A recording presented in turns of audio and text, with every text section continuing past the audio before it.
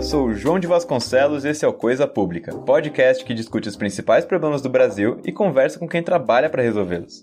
Hoje a gente vai falar de sustentabilidade social. É um tema essencial para discutir a qualidade de vida da população brasileira como um todo, visando reduzir as desigualdades sociais e ampliar o acesso aos direitos e serviços básicos do governo, como educação, saúde e saneamento.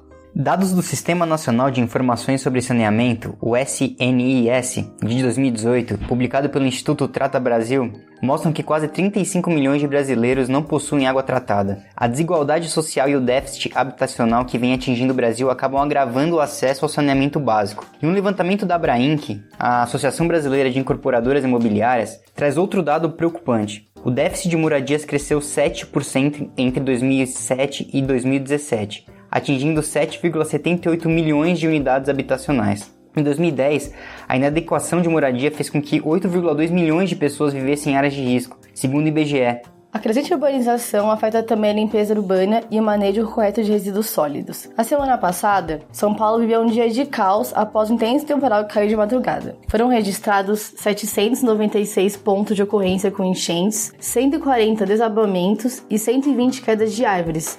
Tudo isso fez com que fosse declarado o estado de calamidade. Segundo dados do SUS compilados pelo Globo, mais de 2.500 pessoas morreram devido a deslizamentos de terra e inundações entre 96 e 2016. Junto com idosos, as crianças são as maiores afetadas pela ausência de infraestrutura. Já em tramitação no Senado, a terceira tentativa do governo de mudar as regras para o serviço de saneamento básico foi aprovada na Câmara dos Deputados. O novo Marco Legal de Saneamento prevê uma maior participação da iniciativa privada no setor e coloca como meta a universalização do serviço até 2033. Para a gente se aprofundar no tema, eu, a Natália Almeida e o Guilherme Franco, do CLP, conversamos com a deputada estadual de São Paulo, Marina Lou, Duda Alcântara, urbanista e assessora parlamentar na Assembleia Legislativa de São Paulo, e o líder MLG e deputado federal, Geninho Zuliani. Mas antes da gente ir para a conversa, eu queria deixar um recado. Se você gosta desse podcast e de todos os conteúdos que a gente faz no CLP, não deixe de apoiar a gente e nossos projetos a partir do valor de um cafezinho por mês.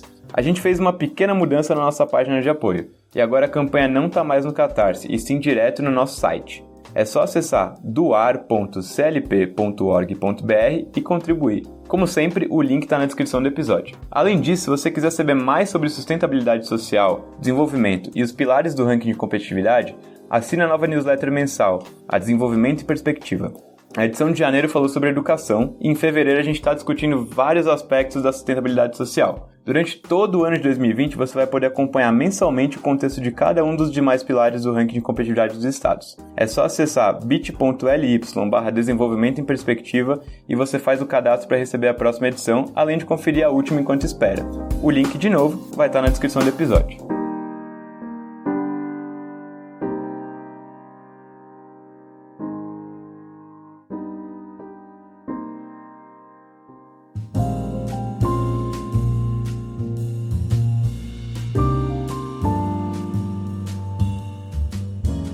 Para a gente começar a nossa conversa agora, eu queria falar com o Guilherme, que é a primeira participação dele no Coisa Pública. Guilherme, conta pra gente quem é você no Estado Democrático de Direito. Eu, no Estado Democrático de Direito, sou um jornalista que defendo a imprensa livre, combativa e transparente. Marina, você pode contar pra gente quem é você no Estado Democrático de Direito? Sou a pessoa que vai lutar sempre para que a gente continue no Estado Democrático de Direito. Muito bom, a gente trabalha para isso todos os dias. Marina, só pra gente começar então, a primeira provocação. A gente tá vendo aqui em São Paulo, no estado de São Paulo, no estado de Minas Gerais, a gente teve chuvas que acabaram com um monte de coisa aqui, a gente teve enchentes e muito disso é por conta de infraestrutura, né? A gente tem problemas que vão além também da infraestrutura de escoamento das águas. A gente começa com problemas mais básicos ainda do Brasil inteiro, que é de saneamento básico, por exemplo. Por que essa falta de saneamento também atinge outras estruturas como saúde, educação, segurança pública? Qual que é a interligação de tudo isso e qual que é a importância de pensar em políticas públicas que têm uma atividade intersectorial? Eu acredito que toda política pública ela é intersectorial. Só que às vezes a gente não se dá conta e não tem esse olhar sistêmico do impacto que a política pública produz na área das pessoas. Porque os indivíduos, os seres humanos, as pessoas, são integrados em tudo que recebem. E quando a gente fala do saneamento básico, ele é a primeira alicerce de dignidade que vai permitir todas as outras coisas acontecerem. Então, quando a gente faz um recorte histórico, né, da humanidade, quando a gente consegue se apropriar do saneamento básico, a gente tem um grande salto evolutivo em saúde, em educação, em desenvolvimento das crianças. E daí todos os estudos do início dessa política pública comprovam isso. A gente tem hoje inúmeros estudos que mostram o impacto que o acesso ao saneamento básico tem na saúde, tem no desempenho escolar, tem na alimentação, tem na nutrição, tem no desenvolvimento das crianças, na conjuntura familiar, no acesso a emprego. Acho que passa muito por aí a gente usar a experiência com saneamento básico para entender que todas as políticas públicas têm um impacto intersectorial e pode ser muito mais potente se a gente planejar a partir dessa perspectiva. Marina, no final do ano passado você está na linha de frente da Frente Parlamentar Ambientalista pela defesa das águas e do saneamento do estado de São Paulo, né? Eu queria saber de você qual que é o objetivo dessa frente e que tipo de trabalho que tem sido realizado. Linkando com a pergunta anterior, como que a gente consegue começar a planejar e ter uma gestão pública sustentável? E isso é uma gestão pública integrada entre todas as frentes, com um olhar de futuro. E a gente não fez isso até agora. A gente não fez porque a gente não tinha esse conhecimento nem essa visão. Quando a gente tem um contingente gigante da população sem acesso ao saneamento básico, a gente percebe que as políticas públicas não estão interligadas e não estão colocando isso como prioridade. Então, tá à frente da Frente Parlamentar Ambientalista é construir uma forma de fazer política e para resultados diferentes também. Então, são divididas em grupos de trabalho junto com a sociedade, são 4 grupos de trabalho, com 4 frentes diferentes, em que a gente discute, aprofunda e constrói projetos de lei, projetos de cobrança do legislativo, políticas públicas que a gente propõe. É uma frente parlamentar bastante participativa, com esse olhar de fazer diferente. Mais uma pergunta agora sobre o seu trabalho. O que a gente queria entender mais ou menos quais são as principais dificuldades ao enfrentar o saneamento, né? E como criar políticas públicas adequadas para esse problema, que englobe, como você falou, todos esses setores da sociedade. É porque hoje, quando a gente fala de saneamento básico, a gente fala de um problema de habitação, basicamente. Porque a gente não consegue e não conseguiu até hoje ofertar saneamento básico universal, porque a gente tem um problema de habitações irregulares que não podem ter acesso ao saneamento básico. Então, realmente é uma política pública que precisa ser integrada, que precisa ser pensada em futuro, que não tem resultado imediato. E por isso que eu acho que o legislativo tem um papel muito grande e muito significativo em construir essas políticas públicas, em cobrar e fiscalizar os governos eleitos, sensibilizar a sociedade para a importância desse avanço. É de longo prazo, não é rápido os resultados, mas são muito potentes. Você falou então desse problema das áreas irregulares também agora. Como que é? Me detalhe um pouquinho mais como é que funciona, como é que tá esse problema agora no Brasil. E eu queria entender também, você falou do papel do legislativo, qual que é o papel do legislativo estadual, ainda mais no seu caso, e qual que é o papel dos governos estaduais em tentar resolver esse problema? O problema de habitação é concreto, então todos os terrenos irregulares não podem ter acesso por lei à rede de esgoto, porque isso seria de alguma forma oficializar. E a gente está falando basicamente de favelas, a gente está falando basicamente das comunidades extremamente vulneráveis e que é um problema que se retroalimenta, porque de alguma forma essas pessoas não têm habitação e aí quando elas conseguem alguma habitação, essa habitação não tem acesso ao alicerce mínimo de dignidade que é o saneamento básico. O tema do podcast a gente estabeleceu como sustentabilidade social e é um tema que abrange várias áreas. Uma das perguntas é, junto com os idosos, as crianças são as maiores afetadas pela ausência de infraestrutura. Você é autora de um projeto de lei, né, que institui a política estadual para a primeira infância em São Paulo. Queria que você me contasse um pouco também e falar um pouco sobre esse tema das crianças e dos idosos. Só antes eu responder a pergunta do que o legislativo estadual pode fazer, muita coisa, porque quando a gente olha para o regime de competências, água e saneamento básico está bastante concentrado no Estado e a empresa estadual, que é a Sabesp, né, uma empresa público-privada, é em âmbito estadual. Então a gente consegue cobrar, a gente consegue criar projetos, a gente está numa frente de estudos com a Sabesp sobre sistemas e modelos de saneamento básico descentralizados, a gente consegue construir bastante e pensar legislações que acelerem esse processo, mas muito focado em cobrar e fiscalizar o governo do papel que ele tem, mobilizando a sociedade. Crianças e a primeira infância, Hoje está provado por diversos estudos que a forma mais eficiente e eficaz de combater as desigualdades sociais é investir na primeira infância, que é o momento da vida em que a gente tem maior concentração de desenvolvimento das possibilidades que a gente pode ter na vida, dentro da nossa cognição, do nosso emocional, do nosso desenvolvimento físico. E o saneamento básico está diretamente relacionado a isso, porque ele permite que você tenha um desenvolvimento saudável. Hoje, cada R$1 investido em saneamento básico resulta em R$4 em economia de saúde. $4, né? Essa conta, porque é um estudo americano. A gente poder ofertar isso para nossas crianças é construir uma nova sociedade com menor diminuição de desigualdade social. Então, o impacto que tem pensar políticas públicas sustentáveis na primeira infância é muito significativo. A política estadual da primeira infância cria as bases para que isso possa realmente ser o que a Constituição Federal prevê, que é prioridade absoluta. Legal, Marina. E agora, saindo um pouquinho do saneamento básico também, a gente voltando agora para a questão das enchentes, né, que a gente estava falando, essas coisas estão ligadas, né, o saneamento e as enchentes estão bem próximas, mas como é que a gente consegue, que tipo de políticas que são importantes agora para os estados tomarem para evitar problemas como esse que já estão sendo recorrentes agora, principalmente por questões climáticas? A gente precisa entender pelo poder até hoje, não colocaram isso como um centro no seu projeto.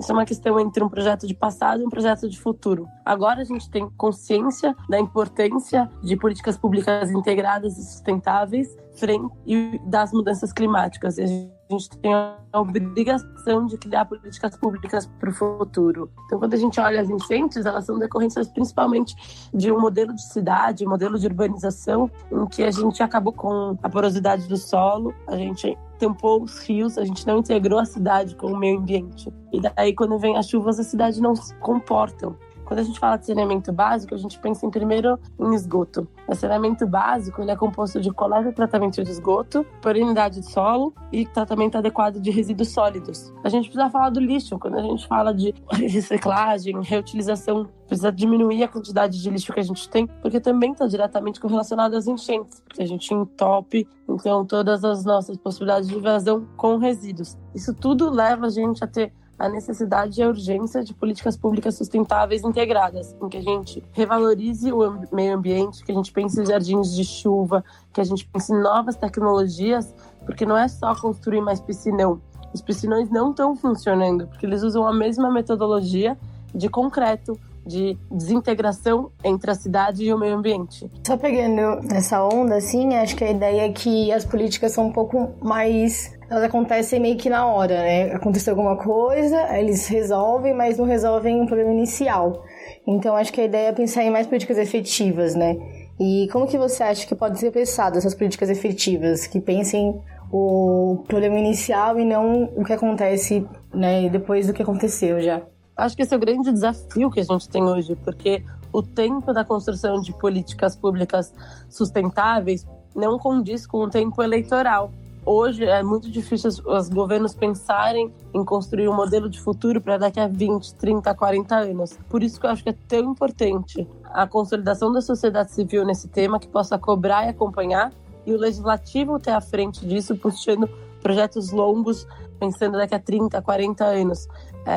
Demora, a gente precisa repensar a cidade inteira, a gente precisa criar novas tecnologias, e é muito mais fácil tentar resolver o problema pontual e emergencialmente. Cada vez mais isso prova que não funciona.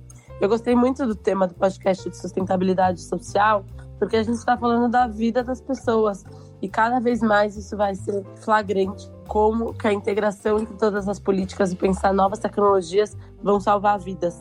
Levando um pouco disso também, agora a gente comentou do papel do governo estadual, do legislativo estadual nesse processo. Mas como é que a gente consegue integrar as políticas municipais, estaduais e federais para tentar evitar que problemas como esse aconteçam e para que a gente um dia consiga ter o grande sonho da universalização do saneamento básico no Brasil, por exemplo? Acho que a gente está avançando nesse modelo, nesse sistema agora, ainda que com muitas críticas possíveis e com pouco espaço para inovação tão necessária. O Marco Nacional pelo Saneamento Básico foi importante porque traz mais ferramentas para essa integração entre federal, estadual e municipal, e a própria consolidação na sociedade dessa busca ajudar muito a cobrar e fiscalizar para que a gente tenha a universalização. O ponto é que a gente precisa não só ter a universalização, mas a forma da universalização, como que a gente traz novas tecnologias.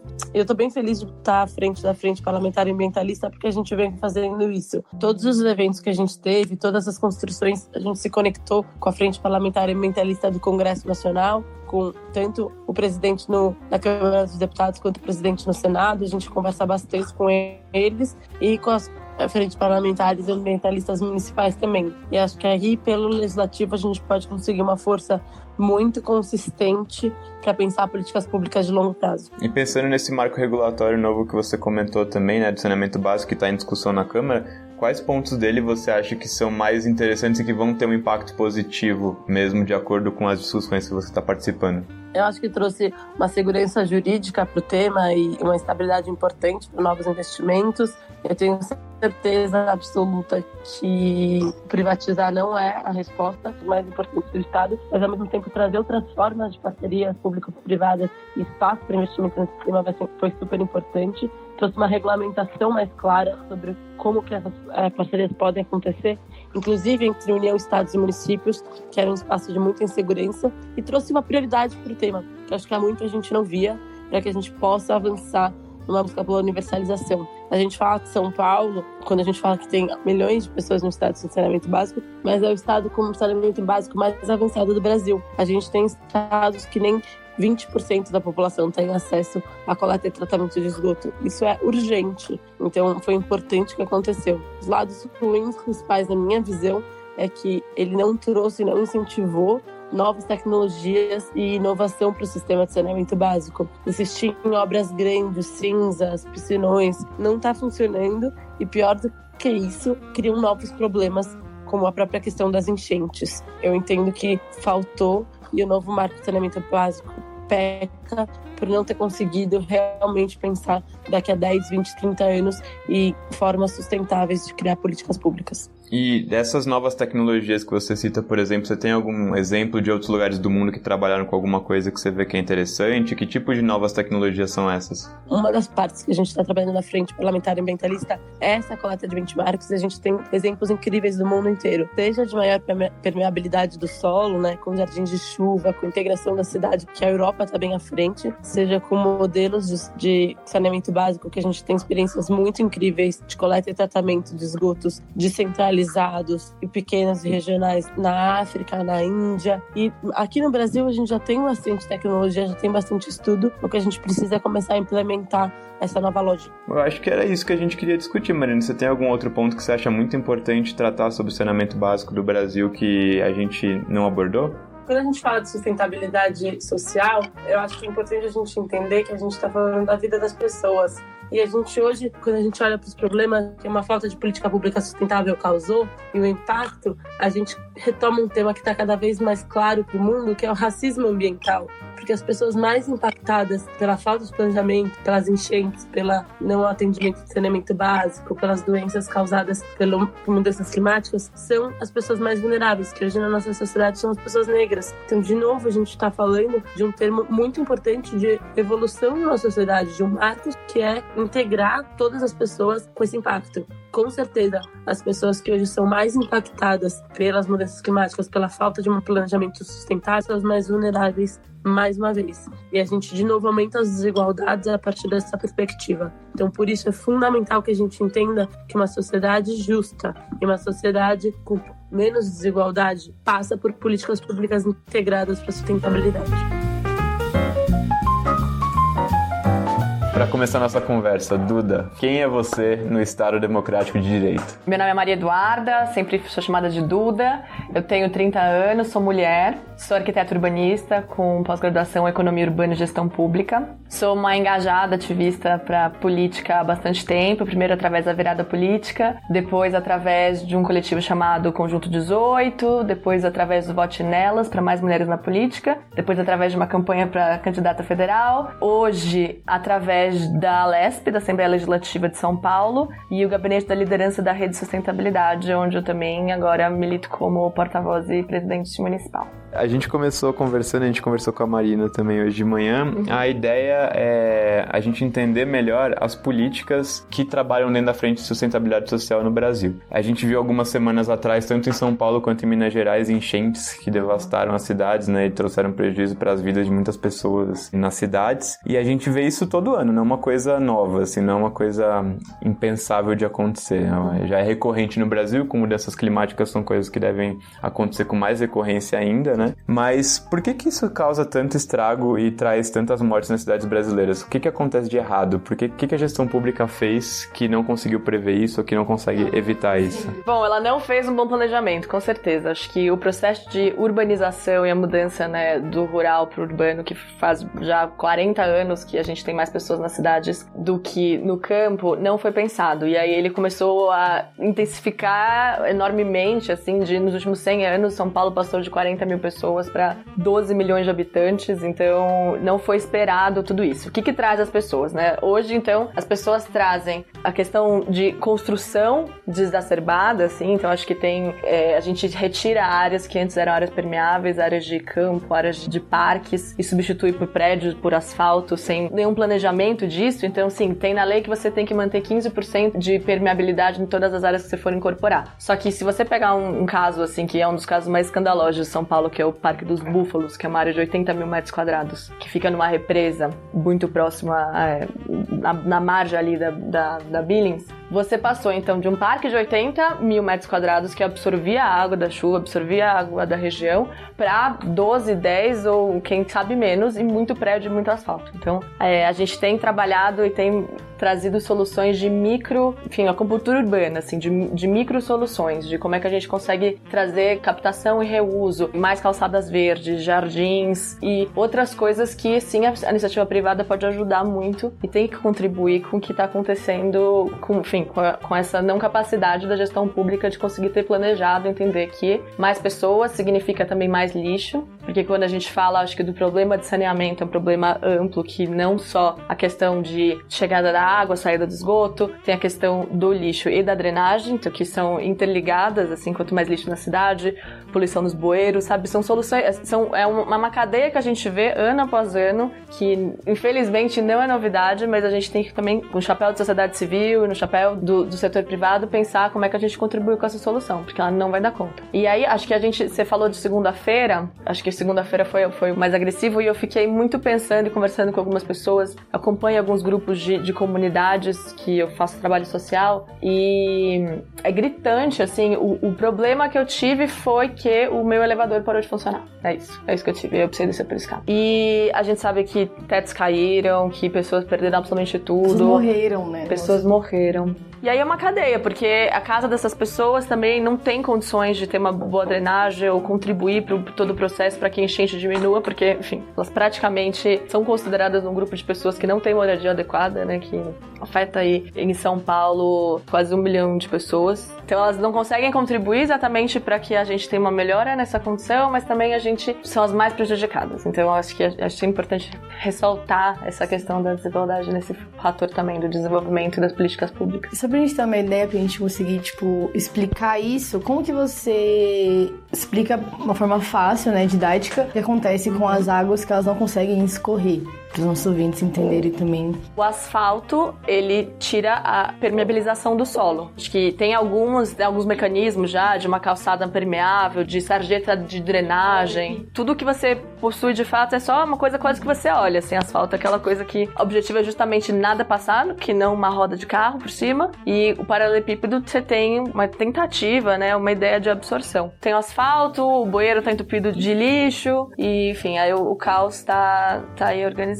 Tem como prever essas chuvas, né? Tem como criar políticas públicas preventivas para a chuva. A gente parece que tudo são políticas públicas emergenciais, né? Não políticas públicas que estão pensando já desde o início do problema. Com a questão climática, assim, fica um pouco mais instável, acho que essa mensuração. É claro que a gente tem mecanismos científicos de entender tanto a previsão quanto de chuva vai cair, mas, por exemplo, se foi previsto que ia chover por 6 horas seguidas na grossura que choveu, não foi comunicado. Então a gente fica sem saber. Assim. O meu conhecimento científico acredita que você tem que medir um pouco. Agora, o que tem que ser feito é isso. Então a gente já sabe que isso acontece. Não é a primeira vez, não é a segunda. O que vai ser feito, né? Quais vão ser todas as políticas que a gente vai, de curto, de médio e de longo prazo, utilizar agora. A enchente chocou todo mundo, mas depois que parou de chover, eles conseguiram reverter o problema, a gente esquece dos riscos que podem acontecer. Queria que você falasse um pouquinho dos riscos, desde infraestrutura da cidade até saúde, contaminação, o que pode acontecer? Não, a questão de saúde, assim, é a coisa mais ligada ao saneamento, né? Acho que um dado muito conhecido do Trata Brasil é que a cada R$1 investido em saneamento é R$4 economizados em saúde. Porque a quantidade de doença ligada diretamente à questão de água, de esgoto, porque se a gente tivesse tratamento de esgoto no Brasil, em todos os seus esgotos, que hoje na verdade é menos de 40%, quando essa água cai no rio, que na verdade o que está transbordando é o rio Tietê, o que vem para o asfalto, o que vem para as pessoas é doença pura, assim. É o esgoto não tratado que traz todos os tipos de infecções possíveis. A gente falou isso do rio Tietê aqui em São Paulo, que é um caso bem emblemático para a cidade, né? A gente já sabe que isso é um problema. Mas isso também causa problemas de saúde em municípios menores, né? Principalmente saneamento. Quais são os impactos mais comuns, assim, em cidades menores do Brasil, por exemplo? Acho que uma doença que está sempre conectada à água é a questão de diarreias e o quanto você... Acho que era um número de 40 mil pessoas foram afastadas ano passado em relação a ter algum problema com diarreia, o que afeta a economia, afeta todo um sistema, assim. Acho que não é só nem mais questão de saúde, tem uma questão de econômica, tem uma questão de escolaridade que também sobrepõe esse fator. Só que saneamento é o tipo de coisa que, quando eu vi os movimentos de moradia falando sobre isso há uns 6 anos atrás, que eles estavam rindo, mas chorando, que era... Não, que saneamento você não corta a faixa, né? Assim, um pouco mais difícil. Você não tira uma foto do lado do saneamento com a pessoa feliz porque agora tem uma privada. Então, a gente não investe nisso. É puramente pela foto. E assim, felizmente, acho que o Congresso falou bastante disso ano passado, né? Felizmente a gente tentou avançar com o marco. E aí um dos parágrafos, né, mais interessantes que a ala progressista conseguiu emplacar na lei foi que se você, empresa mista, né, empresa como a Sabesp, você não conseguiu cumprir a meta sua, você não pode distribuir dividendo. Porque o que falou-se foi muito disso, né, de que hoje a gente tem uma perda de quase 30% da água que passa, a água que volta então com o esgoto que passeia 10, 20 quilômetros também é mais ou menos isso, que vaza no nosso solo, assim, no nosso subsolo, tá sendo revisto. Então, se você tem esse cenário e você ainda quer arrecadar e distribuir dividendos porque a sua empresa está na Bolsa de Nova York, não vai ser mais possível.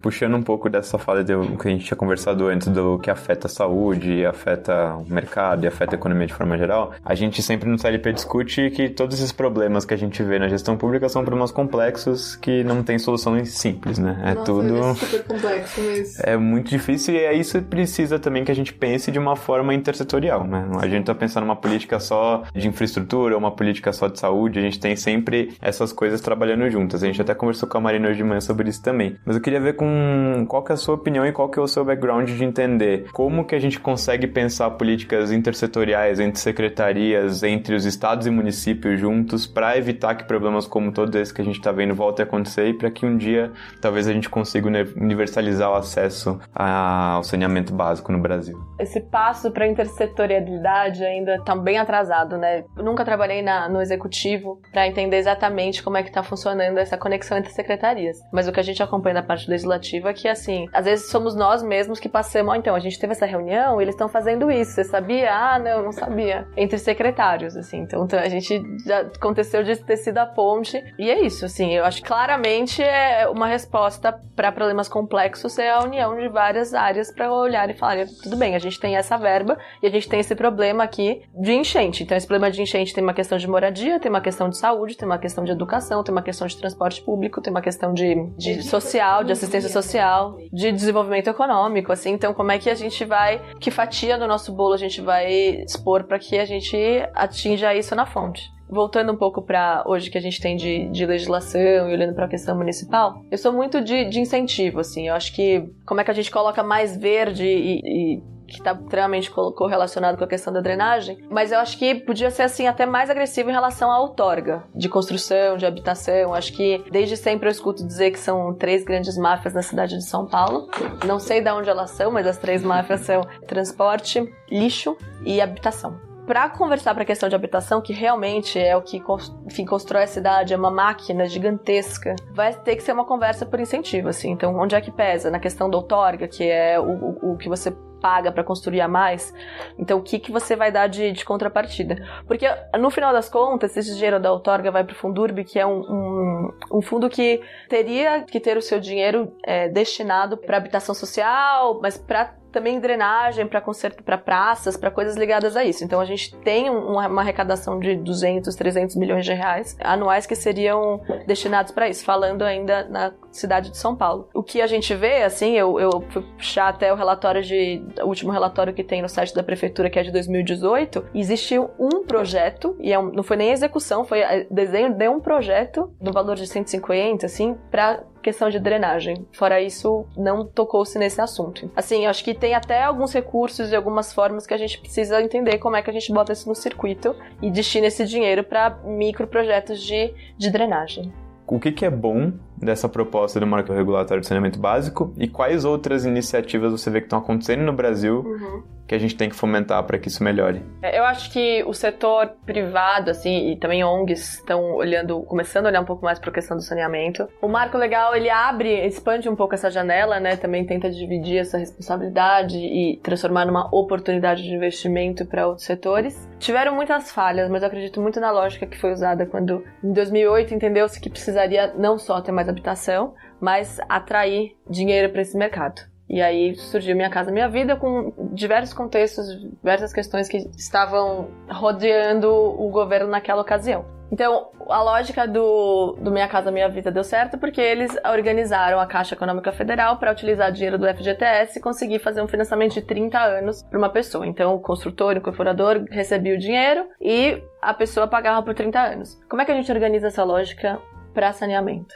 Como é que a gente organiza essa lógica para que uma comunidade consiga... Até, na verdade, essa lógica de comunidade, de entidade, já existiu no Minha Casa Minha Vida, numa porcentagem muito pequena, apesar de ter sido, assim, com certeza o melhor caso, mas só 2% do recurso foi destinado a isso, que era Minha Casa Minha Vida entidades, que eram onde organizações escolhiam terreno eles e contratavam eles, a construtora, e pegavam o financiamento eles. Você imagina que isso tem um envolvimento da pessoa, ela sabe onde ela vai morar, ela tem um acompanhamento da obra, tem uma participação social. Por N motivos, era um modelo, a melhor parte da Minha Casa Minha Vida. A lógica disso, então, é, de novo, a entidade e pegar um recurso para, olha, eu preciso construir saneamento aqui. Eu pago para você em 30 anos, eu pago para você até em 45 anos, a gente pode até estender esse prazo, porque fazer o saneamento de uma área inteira, de uma comunidade inteira, são vários milhões. E aí você me dá, em contrapartida, a regularização fundiária desse imóvel. Assim, esse imóvel agora passa a ser meu, eu tô pagando pra ter saneamento, eu tô ajudando na água que tá saindo aqui da minha privada, que não vai cair no teu rio, eu tô ajudando a cidade e eu vou prestar esse processo, porque se forem coisas separadas de vamos arrumar um recurso pra alguma coisa fazer, enfim, pra gente conseguir finalmente caminhar no saneamento desse lado, e aí vamos esperar mais outros 30 anos para começar a olhar para regularização fundiária, assim. Então, como é que a gente une? Vamos fazer meu saneamento minha vida, assim. Vamos criar um programa que a gente consiga fazer empréstimos e, em contrapartida, regularização fundiária. Esse imóvel é da pessoa, ela está disposta a pagar por uma coisa que o poder público ficou de entregar e não conseguiu. E agora eu tô pagando, eu tenho esse financiamento, mas, assim, eu tenho esses direitos também. Eu acho que a gente tinha que começar a pensar em soluções híbridas desse jeito, na forma de vamos conectar, então, todos os problemas e pensar em soluções complexas para problemas complexos. Essa questão de regulamentação fundiária também é uma discussão que até voltou essa semana por conta de habitação em áreas de risco, né? Que teve muito deslizamento de terra, casas que foram destruídas por causa das chuvas também. Nesse caso, então, pensar nessas duas coisas juntas, a regulamentação fundiária para você reconhecer aquela habitação é um passo essencial para a gente conseguir universalizar o saneamento no Brasil, né? Infelizmente porque as duas coisas são muito devagar. E, na verdade, a questão da regularização é um passo para a pessoa ter uma conta no banco, assim, às vezes, né? Tem CEP, né? A pessoa não tem CEP, né? A gente sempre fala que vereador só fica mudando o nome de rua, até que um virou pra mim e falou assim, mas você já morou numa rua que não tem nome? Eu falei assim, não, mas... Tá bom, mas é importante, assim, mas vamos tentar fazer outras coisas também, mas que assim, enfim, a gente brinca, mas você tem um CEP, você poder ter uma correspondência no seu nome te possibilita ser hoje conhecido, ser hoje um cidadão de São Paulo, do Brasil, assim. Fiz bastante trabalho social numa comunidade de Guaianazes e eles estavam no período que eles estavam eles utilizavam o caminhão de pipa, às vezes fossa, tinha um córrego, que as pessoas ficavam doentes, mas pegavam algo do córrego. E aí eles começaram, né, com a ajuda da ONG que eu fazia trabalho social, a pensar numa forma de fazer esse programa, perguntar pra Sabesp, olha, quanto fica, como é que funciona. E aí eles receberam uma carta dizendo que essa área era uma área de risco, era uma área com pouca segurança, que o Sabesp não poderia realizar nenhum tipo de serviço lá. Então, assim, a Sabesp não atende. E aí eu já tive até essa discussão com pessoas que trabalham na Sabesp, que falaram, isso não podia ter acontecido, porque a gente tem que atender sim, mas ficou nesse meio lugar, de fato a carta existiu. Então, assim, para eles sequer pensarem em criar um programa desse de saneamento, tem que ter uma regularização antes, eles têm que ser proprietários do imóvel, eles têm que começar a resolver esse imbróglio aí também. Você falou do setor privado, que tem um papel aí nessa melhoria, né? Mas o que o setor privado pode efetivamente fazer hoje com a realidade que a gente tem e que pode trazer um resultado bom? Com o marco legal que abriu essa possibilidade, é recente ainda, não tá claro, pelo que eu tenho conversado, até onde eu sei, na cabeça das empresas, como é que exatamente a gente vai fazer esse encaixe, assim. Existe oportunidade, então quem quiser pode ir, mas é um investimento robusto, que demora muito tempo para retornar. Alguma hora isso vai ser encarado de frente, alguma hora bancos vão ter que olhar para isso como intermediários, alguma hora outras organizações internacionais vão ter que também entrar nesse meio do caminho para conseguir viabilizar esse dinheiro a curto prazo para receber a longo. Eu acho que é um caminho ainda que tem que ser pavimentado de forma permeável. Agora perguntando mais da população, né? O que acho que eles podem, fazer, como que eles podem exigir do poder público isso também? A exigência e a participação política das pessoas, controle social, assim, é fundamental. Eu acho que acredito muito nas organizações de sociedade, organizações de bairro, mas tem uma coisa que é mão na massa, assim, que já estão fazendo. Acho que, assim, as maiores inovações a gente está vendo, a gente vê por absoluta necessidade nos lugares mais simples, que passam por arquitetura e urbanismo, que passam por micro-reservatórios, reutilização de águas pluviais, pavimentação porosos, jardim de chuva, vala de infiltração, telhado verde. Acho que a gente vai ter que agir no micro também. Só para fechar então, pra gente encerrar, se você pudesse deixar um recado para os secretários estaduais, secretários municipais de São Paulo e de todos os municípios do Brasil, do que eles deveriam focar agora para tentar remediar esse problema e evitar que isso aconteça a longo prazo. O que a gente pode fazer agora? O que você acha que você falaria para eles? Eu acho que é um problema muito complexo e que eles precisam ouvir mais a população. Trabalhar na transparência com esse conselho. A gente tem isso de recurso. Alguém tem quais são as soluções, assim. Acho que é um passo lindo, quase utópico dessa construção junto com a sociedade, mas é sem dúvida nenhuma um recado. Escutem as pessoas que estão vivendo isso para vocês conseguirem construir melhores soluções. Tudo bem vocês não saberem a resposta de tudo. Não é para isso que vocês estão aí, mas é para representar a população e conseguir junto com ela a melhor solução. E reforçar algumas coisas que a gente fala bastante aqui, que é pensar em políticas públicas e baseadas em dados e evidências, né? Olhar a realidade antes de pensar uma coisa e não um achismo, né? No dia a dia de qualquer gestor público, você acaba se afastando um pouco da realidade do que está acontecendo ali. É muita coisa o tempo todo. Vejo isso dentro do gabinete e imagino que isso aconteça com todos os gestores públicos do Brasil inteiro. Então, assim, tenha o seu conselho, tenha o contato, seja permeável com a sociedade, tenha o seu gabinete permeável em relação a isso, para que você consiga, de fato, construir políticas baseadas em evidência e dar o melhor uso ao recurso público, que é curto. Muito obrigado, Duda, mais uma vez pela sua presença aqui. Espero contar com você de novo no Coisa Pública para discutir outras políticas daqui para frente. Com certeza. Muito obrigada, gente.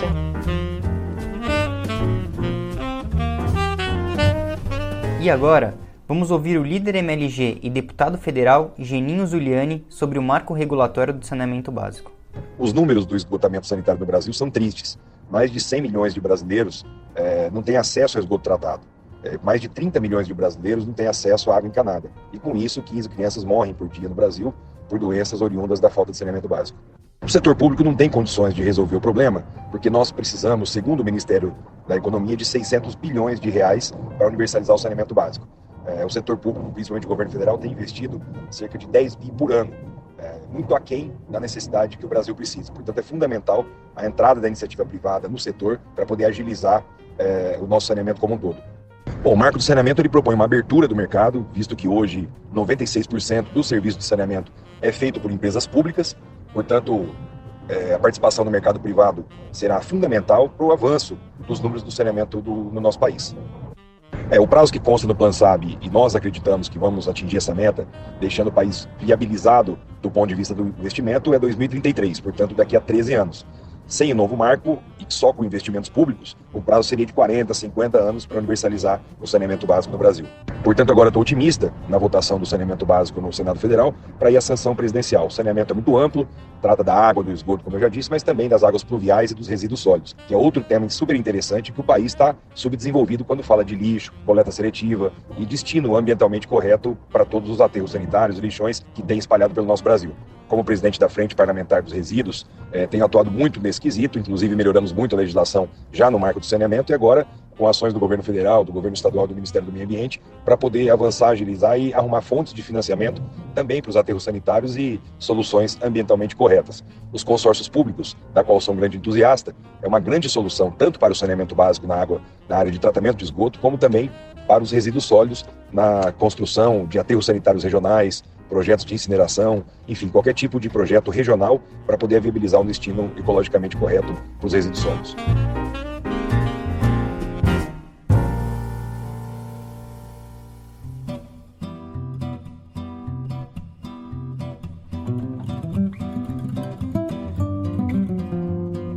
Esse foi o Coisa Pública, o podcast que discute os principais problemas do Brasil e conversa com quem está trabalhando para resolvê-los. Se você quiser fazer sugestões, contribuir para o debate ou só mandar um oi, pode falar com a gente mandando um e-mail para contato@clp.org.br. Mais uma vez, apoie nosso projeto na nossa página de doação e, se não puder, indique esse podcast para os seus amigos e leve essa discussão mais longe. Também não se esqueça de seguir todos os canais do CLP para não perder nenhum dos nossos conteúdos. Muito obrigado e até a próxima!